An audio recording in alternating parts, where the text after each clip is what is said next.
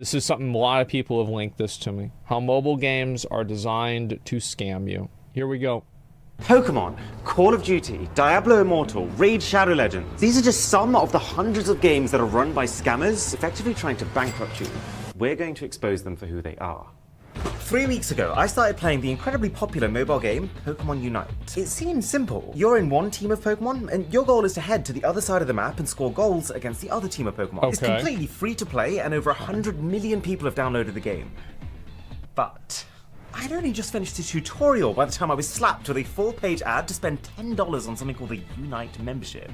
No way, I thought. So, well, of course that's what they do, because like they want to get you into the game, and then they try to sell you something. I mean, that's the way it works. I mean, shit. What do you expect? That's how they make money. Yeah, it's the bait and switch. It's the way these games work. I closed that tab and carried on playing, not realizing at this point that this was all part of a bigger plan to rinse me of everything that I own. Yes. It took just 6 more minutes of playtime before I was greeted with this. See, the game gives you a login bonus every single day that you come back to the game and play. But this pass effectively gives you bonuses on top of that bonus, which actually seems it's like basically a battle pass for logging in. Like you get the same thing in Tower of Fantasy, you have the same thing in Diablo Immortal. Like all of these things are very, very similar. Yeah, welcome to mobile gaming. This is how it works. Reasonable for the 60 EOS gems that it cost me, which equates to about $1 in real money. So I bought it. One of the first times I've ever spent money on a free game. And I felt alive. Kind of like how you feel when you manage to nab one of those Amazon Lightning deals just before they run out. After the first couple of days though, I started to notice that while I was getting plenty of new stuff and constant level ups, and I had been given 4 different Pokemon to play with, I started losing. Like, a lot. I started to realize that this game was less I wonder what he needs to do to stop losing. Man, that's awful. Like, I guess he's bad at the game or something, huh? Damn. Skill on the battlefield. The combat is effectively just mashing your different attacks as soon as they become ready to use. It's more about how strong you make your Pokemon before you step foot on the battlefield. No, a lot of these games, it's like Diablo Immortal is the same way. These are 5-button games that were like you're playing them on your phone. The skill cap in these games is like extremely fucking low. And it's designed that way on purpose. Remember we watched that one video where the guy said that it's a big mistake to make your games too skill-based, because if you do that, then the whales can still lose if they're bad. So you can't have a situation where somebody spends $10,000 on your game and they're not a winner. So you have to make it easy. I decided that I needed some held items. Held items are what you equip to your Pokemon to give them improved stats. So I headed to the shop and I spent about half of the total in-game EOS coins I'd earned so far buying 3 items. One that increases my maximum health, one that gives me health regeneration, and one that increases my damage output. And I thought, finally, my Pokemon is kitted out. I don't have to think about this anymore. I can just play the game. So I charged into battle with my head held high, and I got absolutely demolished. Wow. It became very clear to me at this point that it wasn't just enough to buy the held items. Because when you first get one, they're almost completely useless. Like this attack increasing scope lens that I bought, it was literally giving me a 0.4% extra chance of getting a critical hit that dealt more damage. That's awful. Imagine adding 0.4% to your dinner one evening. You'd get 1 extra P. Yeah. In order to become competitive in ranked matches, you actually need to level your items up all the way to see, that's how they get you. My favorite thing about these games is the fact that every single one of them is the exact same. It's like they do the exact same thing. The currency stuff is the exact same. It's amazing. It's like nobody ever just like gets tired of it. People keep buying them. Grade 30, at which point they will give you a big game-changing buff, like let's say 15% more damage. Wow. But the problem is, leveling up your items is a ridiculous process. You can't earn levels with skillful play, you have to buy them with something called item enhancers. But then, these item enhancers are so unbelievably slow to earn through any organic means that I was practically forced to make my second purchase. There we go. This game, and almost every other mobile game like it, uses battle passes as a way to guilt their players into paying more money. I have no problem really if there's a free game that has a battle pass, because I think that if you play a game, you should not expect to play a game and have it be completely free. I think that's fair, but like you're talking about like basically like asking somebody to buy a battle pass is one thing.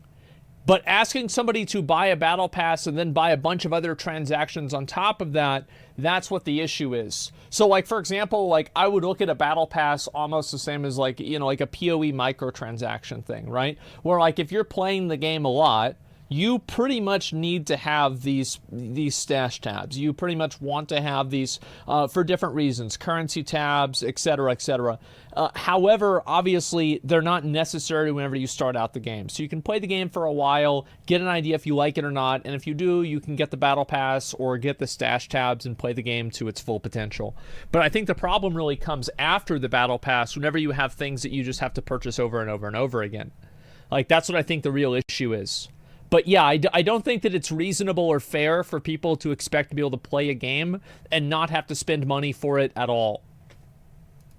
Every time you complete a game, it'll tell you the rewards you earned, and then the rewards you could have earned on top of that if only you bought the Battle Pass, which is just this whole extra stream of rewards. Because they want you to buy that. Keep coming back to the game. And again, I know this is probably going to be a take that's going to upset some of the older people in my audience. I'm not a hater of battle passes. I think that sometimes battle passes can be done badly where you have to pay money to get the good stuff, etc. Yeah, sure, like absolutely that's bad. But for the most part, I don't think battle passes are that bad, and I don't think that they are like fundamentally bad things. And I think in a free game, a battle pass that functions as effectively like the free game is a free trial, the battle pass is buying the game, I think that's fine. A lot of those rewards just they're better than loot boxes, yes. Item enhancers. This was $10 in real money. Yes. I bought it because the alternative option was to sign away weeks of my life grinding for it, but I was becoming very aware at this point that I'd already spent more on this game than I had in any mobile game I'd ever played before. Still, at least now when I was playing, I could guarantee myself a steady supply of new item enhancers, right, yeah, so you I get to could play remain the a game. competitive battler. And that's about where you'd expect the story to end, right? Wrong. And I would say, by the way, I would say everything up to this point is not problematic in my opinion. I don't find anything so far to be problematic. Here's the problem, though. This is a 22-minute video, and we're 3 minutes in. I just paid my way out of my problems is actually when things took the biggest dive so far. Because it's at this point that I realized just how many of these item enhancers I was going to need. See, when you're upgrading your items, all you can see is how many item enhancers it costs to go from the level you're on to the next level. Right. And so when I saw that all of my level 1 items just needed 3 item enhancers to level up, you just click it. Yeah, I it's saw easy. that with this battle pass, I could get myself a bundle of 30 item enhancers every That's few a days lot, of playing. yeah. I thought that this $10 would easily cover me. Wow. Thank you. But what the game didn't tell me was that every single level you go up with your held items, the more item enhancers you need to get to the one after that. Of course. So that actually, to get my 3 held items to level 30, it wasn't that I needed 100 or 200 of them. It's like I actually 3,000. needed no less than 7,761. When I realized... Oh boy. Oh boy, oh boy. See, that is, yeah, that's normal. Totally normal scaling right there, guys. Yes. Random number, exactly. He made the video so he can he made the video so he can get the ad revenue and then upgrade the Pokemon more. Exactly. It's all part of the grand plan. Jaw practically hit the floor. To put that number into some perspective, yeah, in how the much is entire it? base game of Pokemon Unite, the maximum amount of item enhancers you can possibly earn without getting into the whole loot box opening system is 1,535. If I completely maxed out my battle pass, which is already something that I've paid for on top of that, I could bag myself an extra 360. But I mean, not only would this process take me roughly 150 days of playing every single day to earn, but even with that, I would still need to find a way to get the remaining 5. No, yeah, you're basically like a third world sweatshop worker whenever you're playing these games free to play. You are the person who is working for a quarter a day, working 12 hours a day with no air conditioning. Yes, yes, you are the one making the Adidas shoes in the fucking massive workshop in Malaysia or something like that. This is you whenever you play a game like this on free to play. 1,866 item enhancers that I still needed. Yes, and that's when you have almost no option but to turn to the shop. How much convenient. do you think this was going to cost me? A simple, almost... And I love how, look at this too. Let me see if I go back a little bit. Look, so they have like the 3 currencies there again. So you know that like one of them is like the fucking, that's like the money currency that you buy. The other one is the currency that's available in-game, and also through the store. And then you have the 3rd currency that is available only through the store.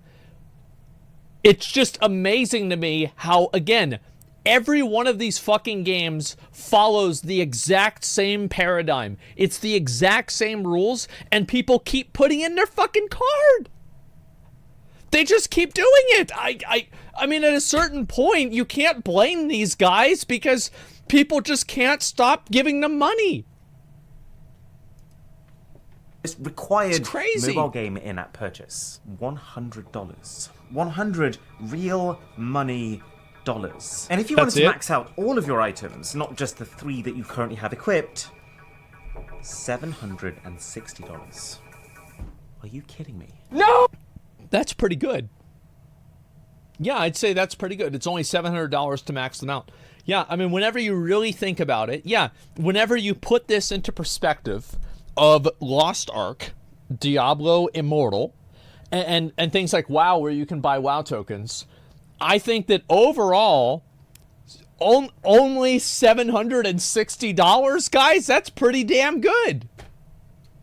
Oh God, please, no! You could probably fly out to Japan, go to the actual Pokemon Center, and buy yourself a real Pikachu for that price. But the scary part of it is that, at this point, what choice did I have? I poured so much time and love into my account that I didn't feel like it was an option to just stop playing. No, what do you mean? Of course it is. But what do you mean your only option is to, oh, I guess I gotta give him $700. I gotta do it. Yeah, it's sunken cost, exactly. And that's how they get you, though, right? Is they want you to invest an amount of time into the game to make you feel like you actually, you can't just walk away from it because you feel stupid for wasting your time on it. It was either I pay $100 or I accept that I will be disproportionately disadvantaged in every future game that I ever want to play. That's right. I decided to go for it, which I know is probably the single most pointless purchase I've made in my entire life. And so far. I have made a lot of pointless purchases over the years, but I wanted to give you guys a real experience. I wanted to know, and to be able to show you what would happen next. And sure enough, somehow, it managed to get even worse. Because wow, who could have ever expected what a dramatic fucking change of events? Who could have ever expected that to happen? Then, only at this... I like how he has, like, the money spent counter down there at the bottom, too. We're only up to $111, so that's why the video is so early on. At this point, only $100 into this supposedly free mobile game, did I find out how Pokemon Unite makes its big money. So we've established at this point that EOS Gems are the premium currency that you can use to buy almost anything in the game. Right. It's not the only currency, because you also have EOS coins, which can buy most of the things that Gems can, but you need a lot of them. Next we have tickets, which come in 3 flavors: EOS tickets, fashion tickets, and holo tickets. Fashion and holo tickets unlock new skins for your trainer and Pokemon of choice, while EOS tickets let you buy those item enhancers, as well as boost cards that increase the amount of experience points you earn. Tickets, like coins, can be earned in events and challenges. When those run dry, you do need to buy them with gems. Are you keeping up? Because then on top of that, you have EOS... Look, I played Tower of Fantasy. This is nothing. Like, yeah, well, oh, wow, like, we're gonna act like it's a big deal. Oh, there's only 7 obfuscation currencies in the game? Put a 0 behind that, and then I'll take it seriously. Like, yeah, like, a Tower of Fantasy is way worse than this.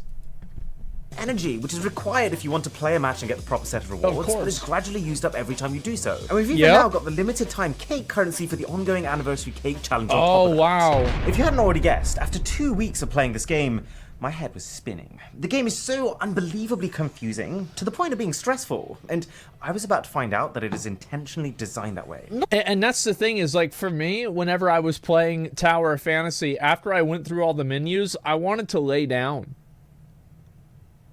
I was tired. Like, I've been worn out, man. Like, looking at all these fucking... I'm like, this is nuts, man. Like, this is crazy.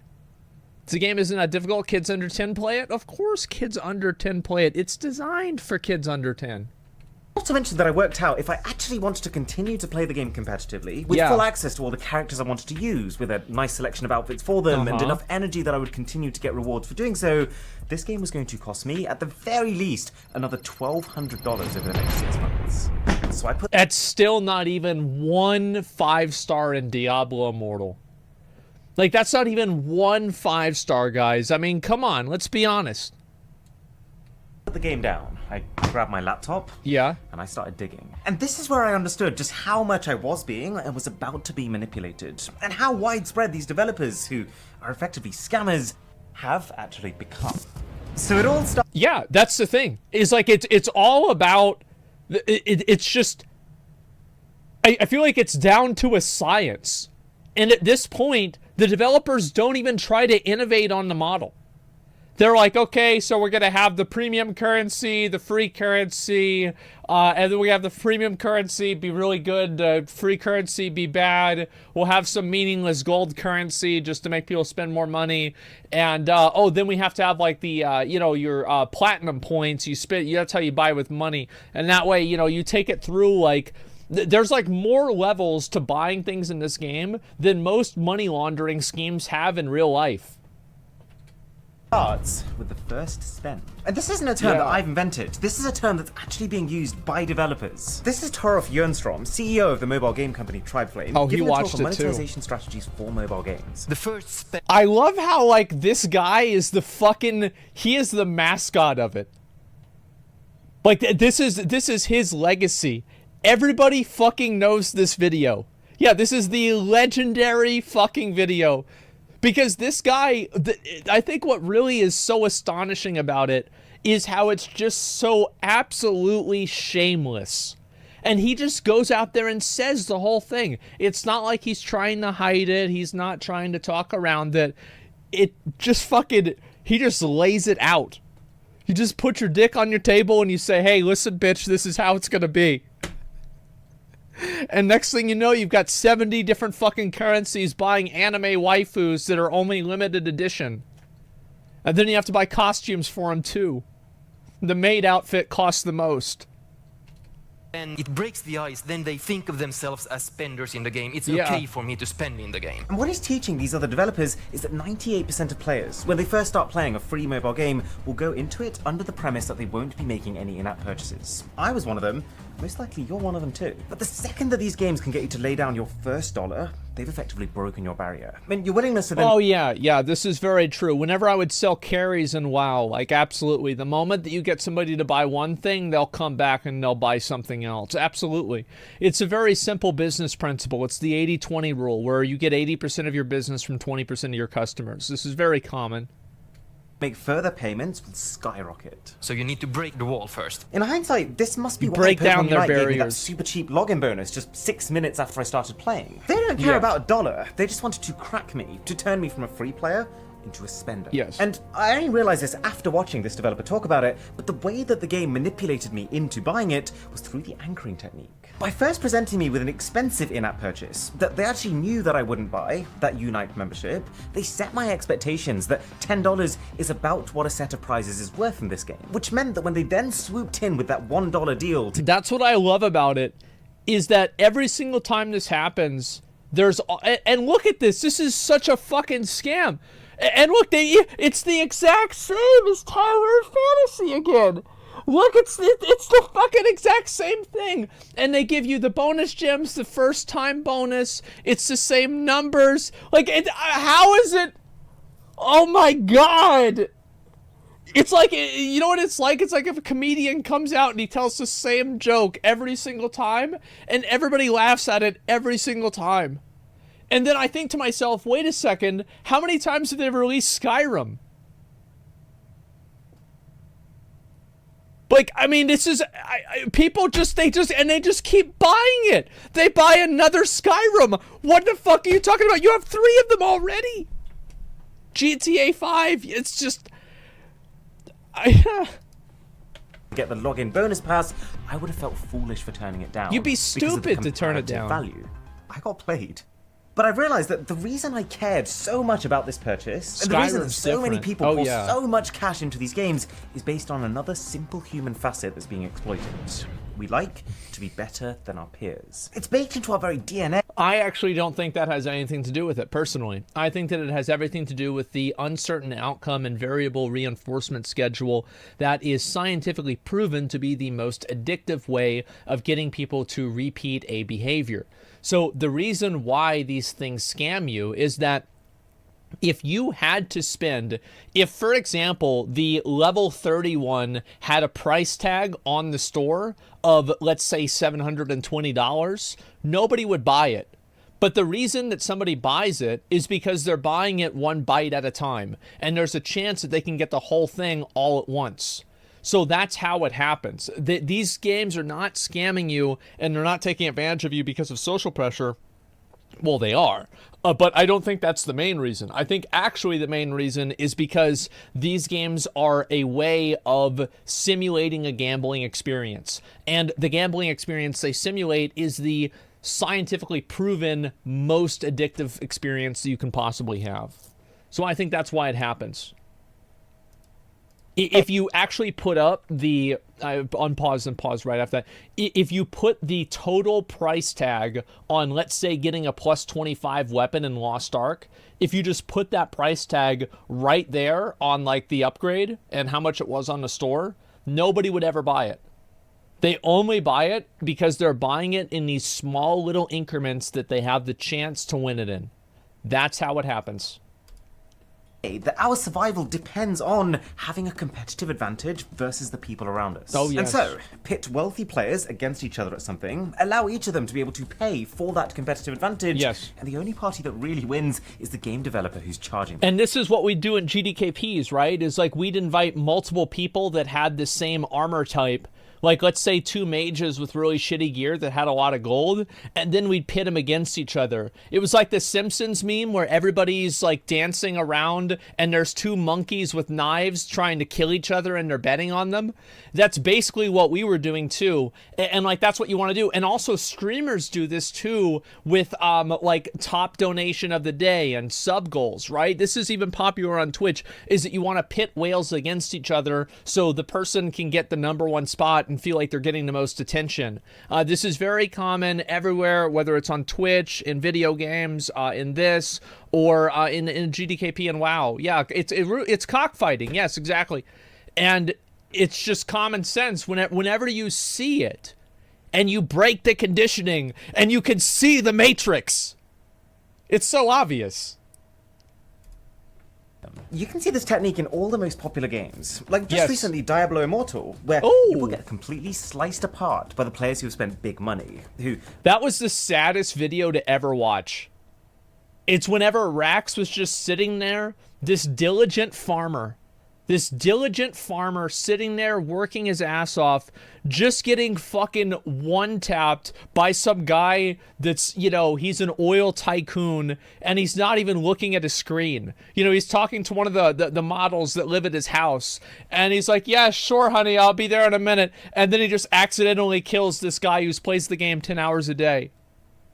Yeah, he gets killed by Rich Campbell. 44-0. are called whales in the industry.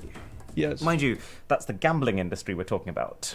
Says something about this. If you're trying to be a free player in Diablo look Immortal, who it is. you're effectively a side character to these whales. And your best chance of winning is just to stick by their side and to support them. And this is by design. It gives That was that one of my 2% best of the player clips. base who is willing to We spend made it. thousands of dollars that power trip feeling that keeps them coming back to spend even more. And sadly... Oh, absolutely. It's like, yeah, you go and you open up a fucking... Remember, like, the best part about Diablo Immortal, this is what I really love. This is the insidious nature and the absolute shameless behavior that really makes even a scumbag like me just stand back with astonishment.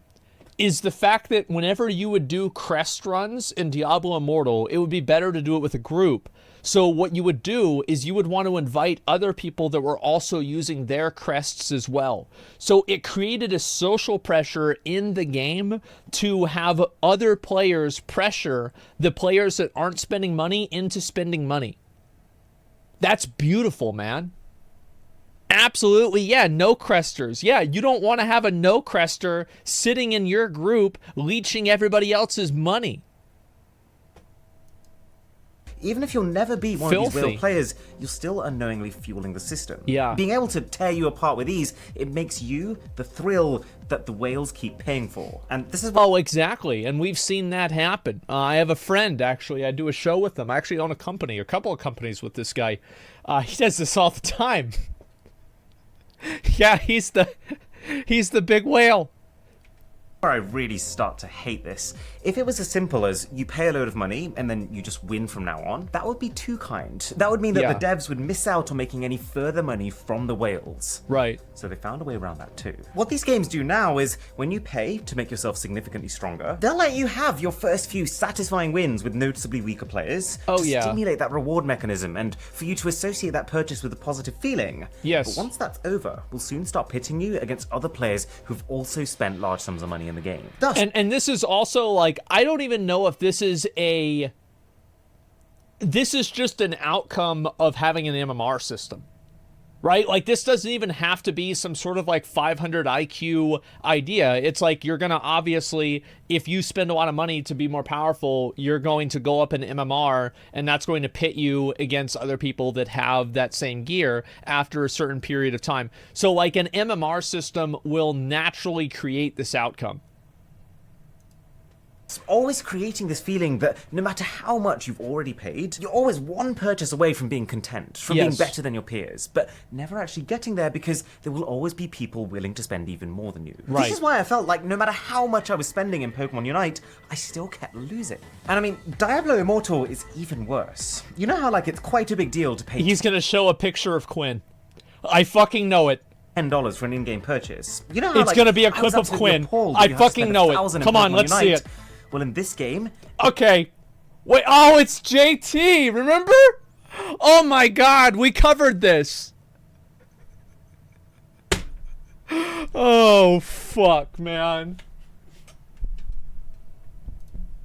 it can cost you $100,000. I consider this a win. Like, I think that if you spend so much money that nobody else can even queue against you, I think that's how you beat a free-to-play game. Yeah, he actually beat the game. It's like, yeah, that's it. It's over. You've done it. It's an investment, To yes. max out your character. $100,000 to actually escape this feeling of constantly just needing a little bit more power. $100,000 each season. Keep that in mind. That's just until they release an update that increases that cap. Okay, my man. There we go. Yeah, there we go. Okay, that's better. So, I've made my first purchase. I'm already feeling the social pressure of wanting to... That's what's so funny to me. Dude, you remember back whenever Lost Ark came out and, like, Nick spent $18,000? And then I only spent $2,000 and my item level was higher because I waited 2 more weeks? Can you fucking believe that? be better than other people. And now you get it for Just free. step one of the hook habit hobby model that's starting to become the playbook for a top grossing game. Because to make the real money off me, they also have to make sure that their game becomes a habit. And according to this guy, the best way to do that is to give me rapid progression to start with, to make sure that the first few levels are incredibly quick, the first few unlocks are incredibly cheap, and the first few enemies incredibly easy. This stimulates the reward centers in players' brains, the same reward centers that give you a rush every time you pass an exam at school, or every time you get a pay rise at work. And it does it in such a way that your brain will start to crave it. That you'll want to play these games as a regular part of your day because the progression you're getting gives you more instant gratification than probably any other. Well, it's not only the progression you're getting, is like there's also an element of FOMO to this that's really important. Because like with Lost Ark, for example, if you don't log on, you don't get the rewards from the game. And so now you've already invested a lot of money into the game, so you're more likely to log on to the game. And because of that, you have all the login bonuses. And so if you stop logging on, then you know you're going to start getting behind. So in a way, if you stop playing the game, all of your money goes to waste. But if you're still playing the game and you stick with the game, then it, in your mind, doesn't go to waste. Your life will. Totally and this is normal. why you barely can find a game now that doesn't have a battle pass baked inside of it. It's less about the $10 it might cost you per season. It's more about trying to form a habit inside of you. At the point Again, I will say that on it, like, just on its own island, away from everything else, a battle pass is totally fucking fine for any sort of live service game that gets updated regularly. I have no problem with battle passes. I do have a problem with the loot boxes. You've paid real cash to get extra rewards every day. Who's going to not log in and claim them? And at the point where they do that, yes, exactly. Why not just play a couple of games too? Yeah. Now it makes sense why Pokemon Unite was so keen to get me to buy the Battle Pass. Because as soon as I did, it makes the most efficient way to play the game from now on to log in a minimum of once per day. Some games like Diablo, they go even further with this, offering login bonuses that start tiny but get bigger and bigger over time, so long as you log in every day. To the point where you'll actually be scared to miss a day because you'll lose so much progress on this bonus ladder. I remember whenever, who was it? I think it was like Stoops and like Zeals and a bunch of guys from the Lost Ark community went over to like Korea for some vacation IRL stream together, and they still had to log in during Lost Ark while they were on vacation because they didn't want to miss days, so they could get like the special sunglasses from the fucking the 30-day login bonus. Like, yeah, that's the way it works, guys. They went to PC banks, part of hook habit hobby that's the most dangerous. Because once that habit is formed, and you've already spent vast amounts of time and money progressing your character, this is kind of like where I am with Pokemon Unite right now, these companies know you're not going anywhere. They have your complete, undivided attention, and that's when they start to... Well, not just your attention, they have your investment, because now you are monetarily invested in the game. And the way these games work is that the money that you spend, the best value of that money, it's like buying an average car, right? Is the most the moment that you drive that car off the lot, it's worth less, and then every year it's worth less, generally, right?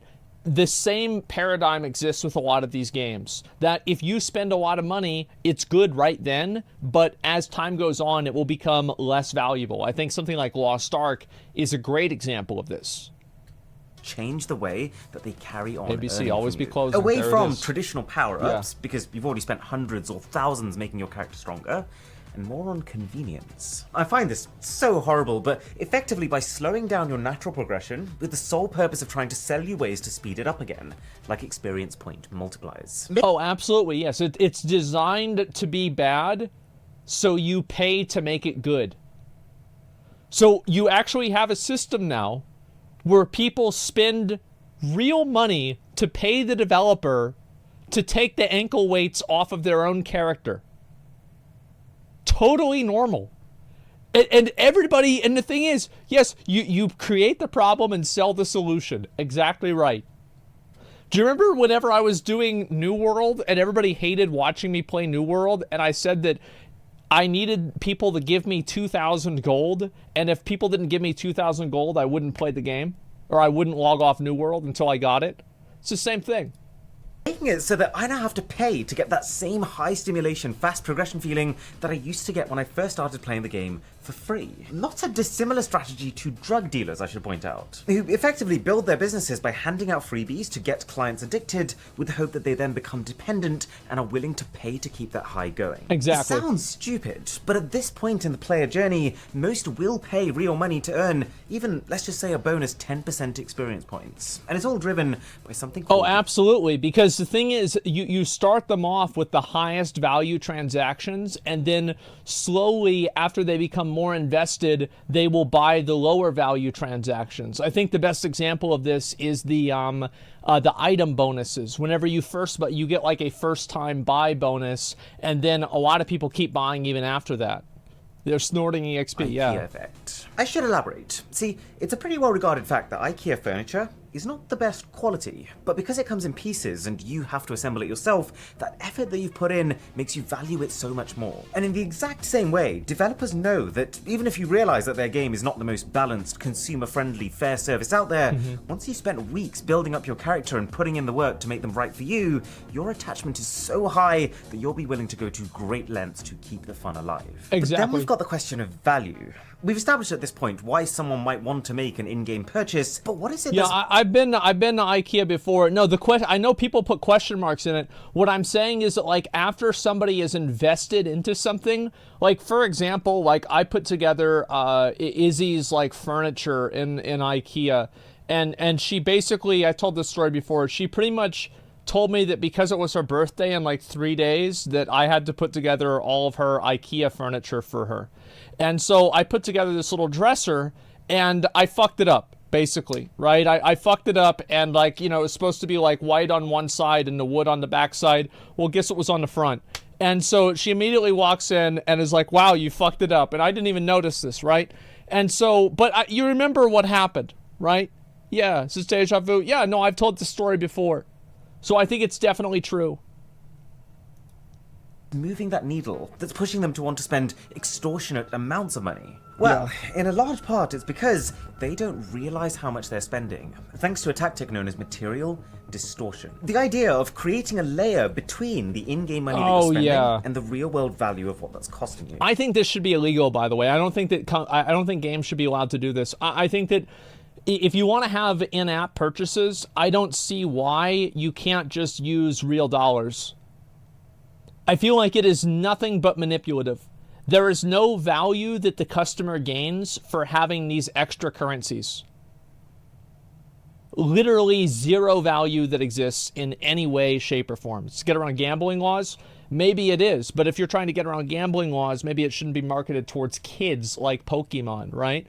I mean, if you're trying to get around gambling laws in a Pokemon game, I think that you're already, you're already on the wrong path. And I realized, my god, this is so real. Like, when I wanted to upgrade my items in Pokemon, I had to first buy item enhancers to do that. But then, it's not like I could just pay dollars to buy those item enhancers. No, you have to buy the tickets. To use EOS tickets. Oh, yes, and then, there you go. when I wanted to buy EOS tickets, I had to use EOS gems. Right, or, of to course. Put it So, way, like, whenever you really figure out how much money is this actually costing me, it's like, number hard, brain hurt, I can't. Oh, we just buy another one. We almost there anyway. You know, that's it. Yeah, you can use premium currency for rewards, like gems for achievements. I think that anything that you buy in the game should have a USD, Euro, fucking peso, like an actual real-world currency value attached to it. It should not have a fucking ticket value or a gem value. I had to convert my currency 3 times to be able to actually do what I wanted with it. That's about right. This is borderline criminal. Because not only has it started to feel like it's not real money being spent, yes, but I've also got no idea how much each purchase is actually worth anymore. Not to mention... Exactly, yeah. It's to obfuscate it in the mind of the viewer as much as possible. Absolutely. The fact that you can almost never purchase the exact amount of gems you need, meaning that A, you spend more than you need to, and B, you will always have leftover gems in your wallet that can't be exchanged back for cash, which is just going to encourage you to make your next purchase by topping up just a bit more. Yeah. And the cherry on top of this whole alternate cash reality is that if you look a little closer, you realize that this game doesn't have a single mention of the word purchase. They never use the word loot boxes, they're prize boxes. It's they obtaining. never use the word buy, it's always obtain. They don't even use the word shop, it's an emporium here. It genuinely reminds me of those absolutely. killer clowns that you used to see on the internet. They have the most child-appealing, innocent facade, but just beneath that thin veil, they're pure evil. Bro, I love the background music. The background music really makes it exciting. No, he's definitely right about this. It's totally a factor. That they use different things to, again, make it more complicated and make, again, mobile games are, especially a Pokemon mobile game, what is the average age of people playing Pokemon mobile games? Well, it's probably like 31 years old, because like most people that play Pokemon games are fucking boomers, but also you've got kids, right? It's either 31 or 8. It's one or the other. Imagine if there was like a high street shop that tried to pull this stunt, that made you exchange your cash into tokens as you walked in that could only be spent in that shop. You do they have wouldn't store get away credit, with it. but yeah. Neither should these guys. Oh yeah, and if we say that material distortion makes you pay 2 to 3 times what you otherwise would have for in-game items, then reward randomization, which all of these top games are now using, was going to bring that all the way up to 10 times. The reward randomization, that's what really gets people, that's what really makes the money there. This is Call of Duty Mobile. It's actually one of my favorite mobile games from a Cody gameplay played perspective. this a lot. But check this out. A lot of the rarest and the most desirable items in the game are locked behind loot boxes. Like, for example, I really want this gun they've got in the Who could have possibly imagined that? middle. Who could It's possibly designed so that imagine? when it kills people, it turns them into a shadow. That will win me Wow. so much social validation. And it costs 30 premium coins to have a spin. It's about 50 cents in value. So I head onto the store, I buy myself 420 coins. That should be enough to have 14 runs at this. There's no way you're gonna Definitely get it. that gun. Yeah. Then I lose the first one. And I realize, huh? The price just went up. Wait, and it's what? going to keep going up every single time I attempt it. From 30 to 40 to 120 to 300 and beyond. What? It's making me feel like I'm so close to getting it every single time. Like, the pointer will literally sit above and then just slip past the gun. Oh my god, that's crazy! And then you get invested at that point. Holy fuck! I really want. It will also, one by one, put a received marker over everything I have unlocked so far, reminding So me that way you fucking, you tap into that OCD audience. of how far I've come, and encouraging me to finish it and get everything that the loot box could Yep. possibly contain. It's only when I checked the hidden stats that I realized this is not a roulette wheel like it appears. Each item does not have the same chance of coming up. But in actuality, the real chance of getting this gun 0.08. Okay. Well, that's not very common. Yeah. It starts at literally 0.08%. And it goes up by just 0.01% each time until you've received every other item in the box. 0.08%. That is totally normal. That is disgusting. You will almost And that's also, by the way, the average. So, like, let's say you have to do, like, what is it, like 2,000, 3,000 pulls for that? That's the average. So you're going to have people that do 6,000 too. definitely pay at least $100 for this gun. That is multiple times more than almost any player would have even considered had it just been priced like a normal product in a shop. Yes. So all of this explains how these games are able to make, frankly... And it's like, let's say you have it, like somebody, yeah, you're right, actually, I did the math wrong. It's 1,250, you know, like in order for it to be like 100%, right? And so, if obviously like 50% RNG, I think it's really no surprise why these companies don't just put the item in the shop to begin with. And that's the point. Is that it's you're biting off one piece at a time, and that's how people are able to do it. Extortionate amounts of spending seem reasonable. The only thing left is how they create the sense of urgency for those purchases. And the way they do this is simply by overloading the player. You remember how Pokemon Unite Yes. has no less than 7 different currencies? That's and how I was nothing. completely and utterly overwhelmed Absolutely by all the nothing. interlocking systems that came as a result of them. None of those needed to exist. You could have had the No. exact same game where everything was bought and sold with just the simple EOS coins. The only reason Yeah, that we but have like, think of an 8-year-old. Like, they're too stupid to know that. So they just think that, oh, I need more coins, I need more tickets. It's like Chuck E. Cheese. The next thing you know, they spent fucking $400 on Dad's card. To have 7 currencies is to create multiple separate in-game economies in which you don't just have to be rich in one of them, but all of them to actually Yeah. succeed. And it's a system that you can't actually beat, because the more resources that you spend on one currency, the more you find that another one becomes your bottleneck. Oh, Most right, games exactly. do this through energy. Pokemon Unite has it. And to be honest, the game Raid Shadow Legends system is even more egregious, where every single time you choose Well, to of play... course it is. How the fuck do you think they afford to pay everybody to fucking promote the game? You're spending not just your time, but also this virtual energy currency. Yes. Which you can either wait for stupid amounts of time to recharge on its own, or pay to refill your tank. It's nothing. So, just to be very clear, Nothing. you have to not just pay to buy your items and level up your character and get your costumes, but also to play the game that's supposed to be free. I need to make one of these games, man. Holy fuck, I'm losing so much money. Oh my god, I need to make one of these games because they're gonna make them illegal, or there's gonna be some sort of regulation. And like, I'm not doing it right now. We're losing millions of dollars, guys. Literally millions of dollars we're losing because we're not making one of these games. Oh fuck.